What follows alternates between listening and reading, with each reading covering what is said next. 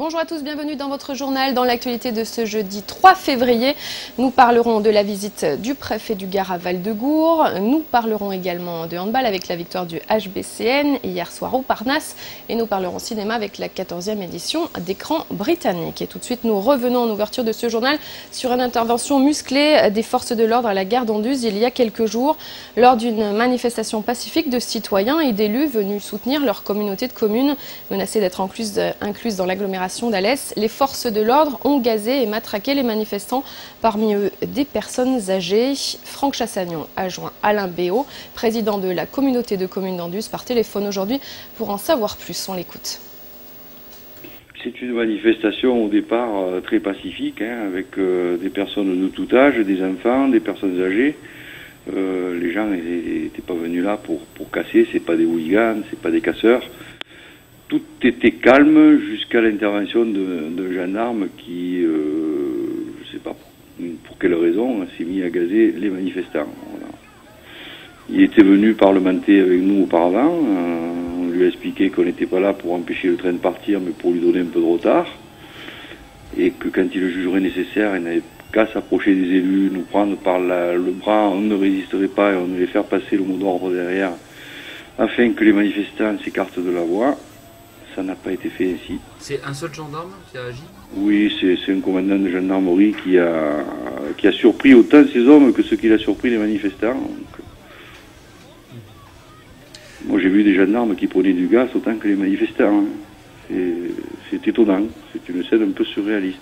Vous avez porté plainte déjà ou vous allez le faire? Comment ça va se passer? Il y a une plainte qui est en train de se préparer avec nos avocats, évidemment. Il y a déjà des plaintes déposées par des particuliers qui ont pris l'initiative. On ne peut pas accepter ce genre de comportement aujourd'hui. Aujourd'hui en France, en 2011, on ne peut pas accepter ce genre de comportement. De son côté, le directeur général de la Gendarmerie nationale a demandé ce jeudi 3 février l'ouverture d'une enquête administrative de l'inspection générale de la gendarmerie. Il s'agit de faire toute la lumière sur cette affaire. Visite de quartier pour les représentants des institutions locales. Le préfet du Gard, le député et l'adjoint délégué à la sécurité se sont aujourd'hui rendus dans le quartier de Val-de-Gour. Sur place, ils ont rencontré une dizaine de responsables d'associations ainsi que la police des quartiers. Au cœur de la discussion, la rénovation urbaine, l'intégration, l'emploi et la sécurité. Un dernier point qui pose problème avec notamment une hausse de la délinquance juvénile. Olivier Michel. Sa femme qui habite sous chez moi, elle a été agressée à 14h30. À la galerie Georges Sand, un peu plus bas. Quel avenir pour Val-de-Gour et ses 5200 habitants? Avec une hausse de la délinquance de plus de 20% entre 2009 et 2010, le quartier, pourtant en pleine rénovation urbaine, conserve une mauvaise réputation. Le commissariat, qui comptabilise 16 agents et qui n'est pas ouvert le week-end, enregistre par mois 130 plaintes et manque, selon les policiers, d'effectifs. En réponse, le préfet préconise, lui, un rapprochement des deux polices, municipales et nationales. À titre d'exemple, il y a maintenant une unité de lutte contre les cambriolages commune, police et gendarmerie. Parce que le cambrioleur, à un moment donné, il est en zone de police, à un autre moment en zone de gendarmerie, donc il relevait de deux types de forces de l'ordre différentes. Ça n'est plus possible. Il faut unifier tout cela et ajouter les énergies et les forces pour avoir une meilleure réponse à la délinquance. Une délinquance qui se rajeunit et augmente dans les violences aux personnes et atteintes aux biens.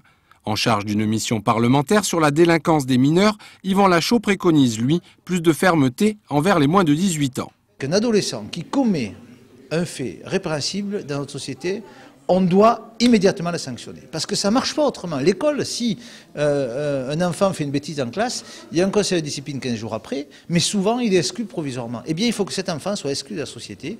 Il faut qu'on ait des maisons de placement immédiat pour que, immédiatement, hop, on le retire de sa famille, de son quartier et qu'il soit dans un placement. Du côté des représentants des associations de quartier, il faut recréer du lien social, favoriser l'égalité des chances et plus largement inscrire le quartier dans un véritable projet de territoire. On a beaucoup parlé de prévention et de sécurité, mais pour moi il y a deux interventions et deux secteurs qu'il faut réinvestir et réinvestir avec des actions spécifiques.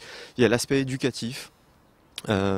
L'école et hors l'école, comment on travaille sur l'éducation des enfants, qui travaille, quelles sont les réponses que l'on apporte. notamment au décrochage scolaire et aux difficultés scolaires. Et dans un deuxième temps, il y a la question de la qualification et de l'emploi. Comment on apporte des réponses spécifiques à ces jeunes qui cumulent des difficultés. Pour l'heure, l'accent est mis sur la mutation du quartier, avec 48 millions d'euros versés au titre de la rénovation urbaine, qui comprend la démolition de bars tels qu'Archimède et Galilée et des relogements. Reste le problème de l'emploi, que le classement en zone franche urbaine depuis 1996 n'a pas suffi à résoudre. Direction le Gambetta pour l'abattage d'arbres. Le combat continue. Les manifestants sont toujours mobilisés contre l'abattage des mycocouliers, Beauvert-Gambetta et Courbet. Malgré leurs demandes répétées aux élus et responsables du TCSP, aucune réunion de concertation ne semble être prévue. De nouvelles actions plus offensives doivent être mises en place dans les jours à venir et également dès demain au marché du boulevard Jean Jaurès. Les membres du collectif anti-abattage feront signer des pétitions aux Nîmois. On va parler sport maintenant avec du handball et la 14e journée de Ligue féminine de handball.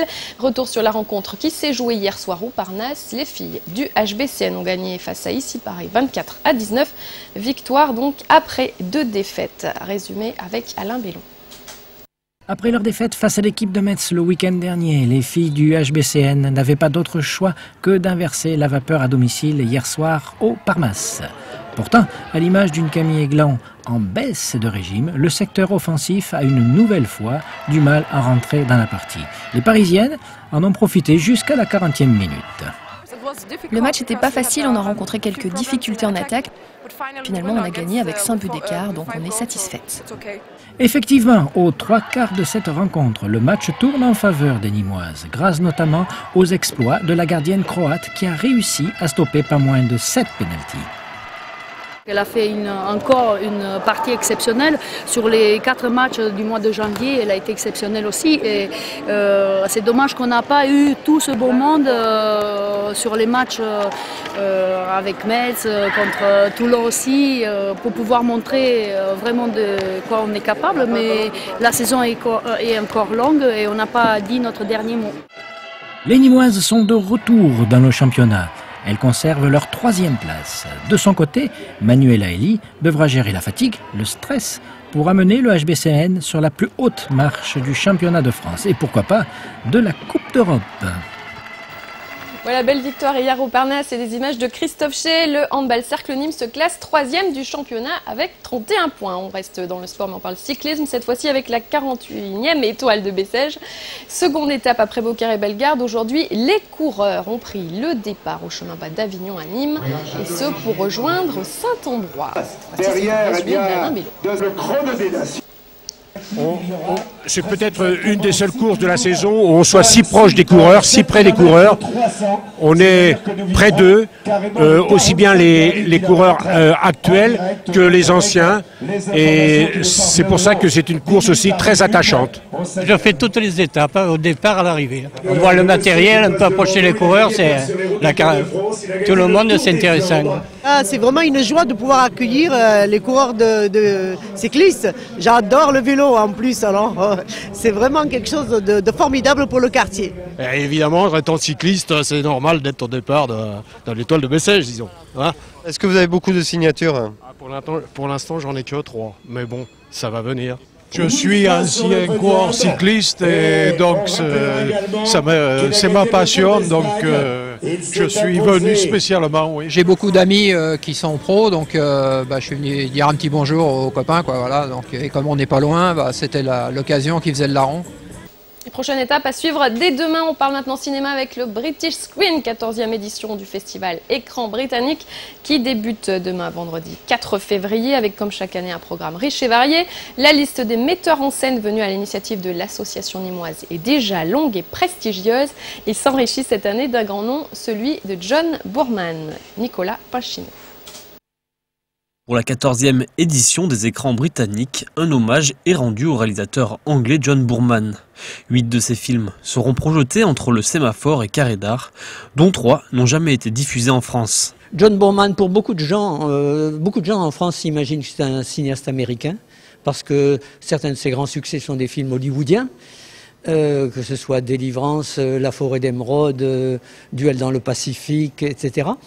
Mais c'est un cinéaste né dans la région londonienne, qui a vécu toute son enfance et qui actuellement vit en Irlande. Ce qui fait que c'est à la fois cette année un hommage au cinéma britannique, mais aussi au cinéma irlandais. Le festival Écran britannique se déroule du 4 au 13 février et de nombreux rendez-vous sont proposés.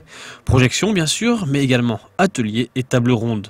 Des films en avant-première seront également proposés. Le but du festival est effectivement de présenter des avant-premières, d'une part, bon, ça c'est l'actualité du cinéma, et ça se déroule surtout au Sémaphore. Les avant-premières. On essaye d'avoir les films de réalisateurs qui nous tiennent à cœur, on essaye de les avoir, disons, quelques semaines ou quelques mois avant leur sortie nationale ou européenne. Parmi les temps forts du festival, samedi 5 février, la journée d'hommage à John Boorman avec la projection de 4 de ses films en sa présence. Jeudi 10 février également, un ciné-concert à Carré d'Art et de nombreuses rencontres et 6 avant-premières. Sans oublier l'exposition des projets d'affiches présentés dans l'Atrium de Carré d'Art. Vous trouverez le programme et toutes les informations sur le site www.ecranbritannique.org.